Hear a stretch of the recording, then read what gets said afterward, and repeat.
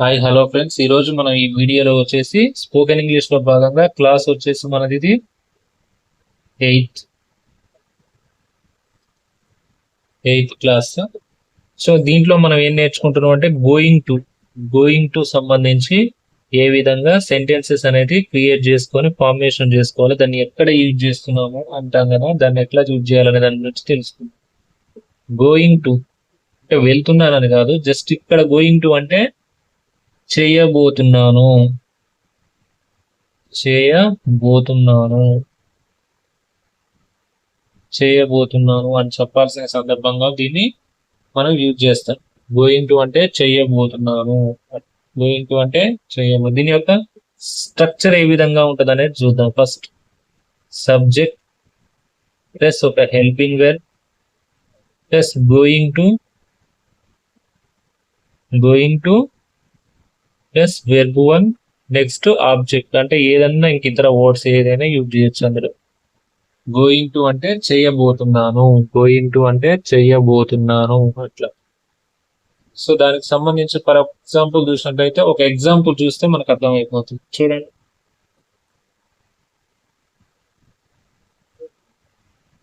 First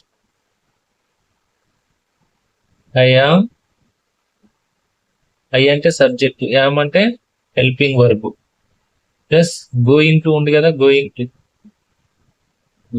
to verb one అంటే for example ask extra word రాయాలనుకుంటే తర్వాత చెప్తుందండి. చూడండి, ఐఆమ్ గోయింగ్ టు ఆస్క్ అంటే దీని ఇంగ్లీష్ లో మనం ఏమంటున్నాం, నేను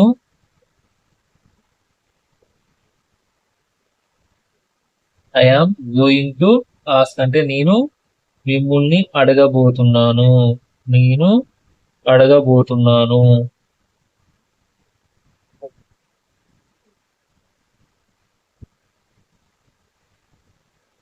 జస్ట్ బేసిక్స్ అనమాట. ఐఆమ్ గోయింగ్ టు ఆస్క్ అంటే నేను అడగబోతున్నాను, నేను ఒక ప్రశ్న అడగబోతున్నాను మిమ్మల్ని ఇప్పుడు అట్లా. ఫర్ ఎగ్జాంపుల్ చూసినట్టు I am going to ask a question నేను ప్రశ్న అడగబోతున్నాను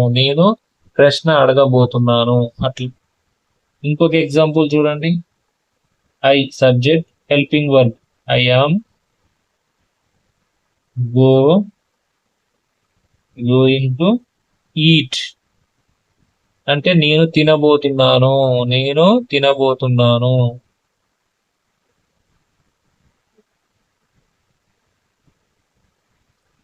జస్ట్ బేసిక్ కోసం I am going to eat a biryani అంటే నేను బిర్యానీ తినబోతున్నాను. I am going to eat biryani అంటే నేను బిర్యానీ తినబోతున్నాను అట్లా. Next subject I, helping verb am going to learn English, పెట్టారు. నేను నేర్చుకోబోతున్నాను. ఒకవేళ లెర్న్ కాడ ఇంగ్లీష్ అని యాడ్ చేసినాం అనుకో, లెర్న్ ఇంగ్లీష్. నేను ఇంగ్లీష్ నేర్చుకోబోతున్నాను. నేను English నేర్చుకోబోతున్నాను.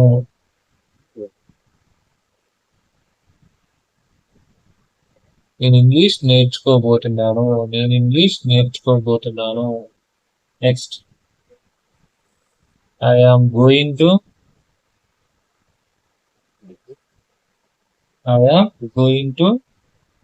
Purchase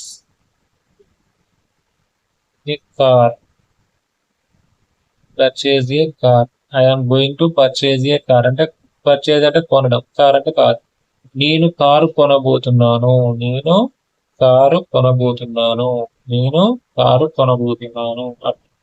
next I am going to help.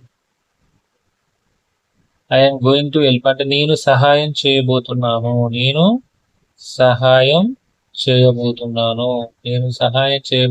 అంటే దాన్ని ఇంగ్లీష్ ఏమంటున్నాం, I'm going to help. Next ఇప్పుడు మనం నార్మల్ గా మనం నేర్చుకున్నప్పుడు ఏమొచ్చింది, I, we, you, they, he, she, it ఇవే కదా సబ్జెక్టులు, ఇవే కదా. దీనికి ఐ అంటే యామ్ వస్తుంది, వీటికి ఏమొస్తుంది ఈ వారికి ఆర్ వస్తుంది, వీటికి ఏమొస్తుంది ఈజ్ వస్తుంది. ఇప్పుడు ఐకి సంబంధించి చూసినాం కదా. నెక్స్ట్ తర్వాత ఫర్ ఎగ్జాంపుల్ చూసినట్లయితే ఎవరిది చూద్దాం. వి, వి తోటి ఇంకొక సెంటెన్స్ ఫామ్ చేద్దాం. చూడండి, వి హెల్పింగ్ వర్బ్ వచ్చేసి ఆర్, వీఆర్ గోయింగ్ టు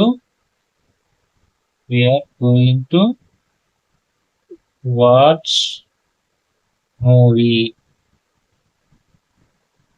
అంటే we are going to watch movie, మేము ఏం చేస్తున్నాం, వాచ్ అంటే మూవీ చూడబోతున్నాము, మేము మూవీ చూడబోతున్నాము, మేము సినిమా చూడబోతున్నాము, మేము సినిమా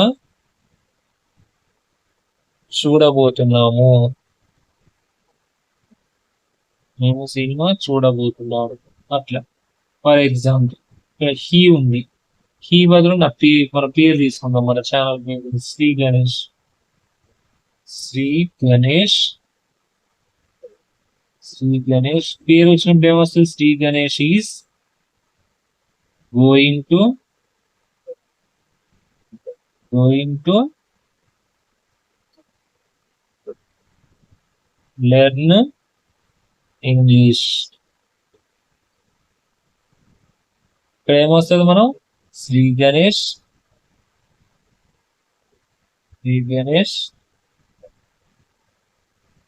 ఇంగ్లీష్ నేర్చుకోబోతున్నాడు. శ్రీ గణేష్ ఇంగ్లీష్ నేర్చుకోబోతున్నాడు. అట్లా ఇప్పుడు పేర్లు వచ్చినప్పుడు అబ్బాయిల పేర్లు వచ్చినప్పుడు ఈజీగా వస్తాయి, అమ్మాయిలు వచ్చినా ఈజీగా వస్తాయి, ఇప్పుడు వచ్చినా కూడా ఈజీగా వస్తుంది. ఇప్పుడు మనం ఆ యామ్ తోటి ఒకటి వచ్చింది, ఆర్ తోటి ఒకటి వచ్చింది, ఈజ్ తోటి వచ్చింది. అట్లా టీకి సంబంధించిన అట్లా మనకి ఫర్ ఎగ్జాంపుల్ షీ వచ్చినప్పుడు ఏమొస్తుంది, helping verb is going to ask a question. అంటే she is going to ask a question, ఆమె ఒక క్వశ్చన్ అడగబోతుంది, ఆమె ఒక ప్రశ్న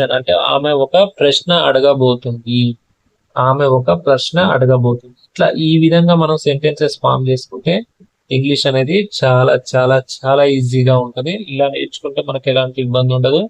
సెంటెన్స్ ఫార్మేషన్ వస్తే మనకు ఈజీగా ఉంటుంది ఇంగ్లీష్ అనేది. సో ఇట్లా నేర్చుకోండి. ఇలాంటి ఇన్ఫర్మేషన్ వీడియోస్ కోసం మన ఛానల్ అయితే సబ్స్క్రైబ్ చేసుకోండి. Thank you.